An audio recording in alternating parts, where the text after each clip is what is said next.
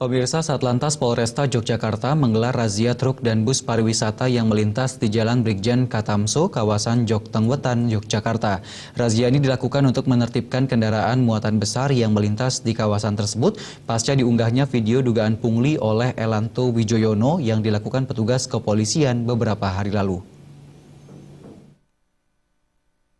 Inilah sejumlah truk yang terjaring razia penertiban oleh Satlantas Polresta Yogyakarta di Jalan Brigjen Katamso, Gandomanan, Yogyakarta. Satu persatu pengemudi truk ini terpaksa harus menghentikan laju kendaraannya karena melanggar rambu lalu lintas. Para pengemudi ini juga dimintai untuk menunjukkan surat kelengkapan berlalu lintas seperti SIM dan STNK. Bagi pengemudi yang melanggar langsung dikenakan tilang oleh petugas kepolisian.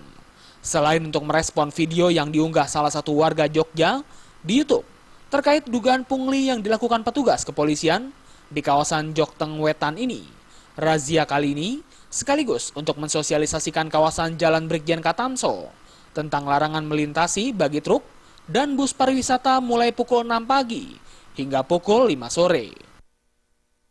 Bisa dilihat tadi ada rambu yang memang tidak boleh untuk bis dan truk yang masuk di jalan ini, ya, kata pukul 6 sampai pukul 5 sore. Setelah pukul 5 bagaimana? Pukul 5 juga diperbolehkan sampai pagi menjelang pukul 6. Tidak hanya melakukan razia bagi truk dan bus, Satlantas Polresta Yogyakarta bersama Balai Lingkungan Hidup atau BLH juga merapikan ranting pohon yang menutupi rambu lalu lintas. Dari Yogyakarta, Fauzan Ahmad.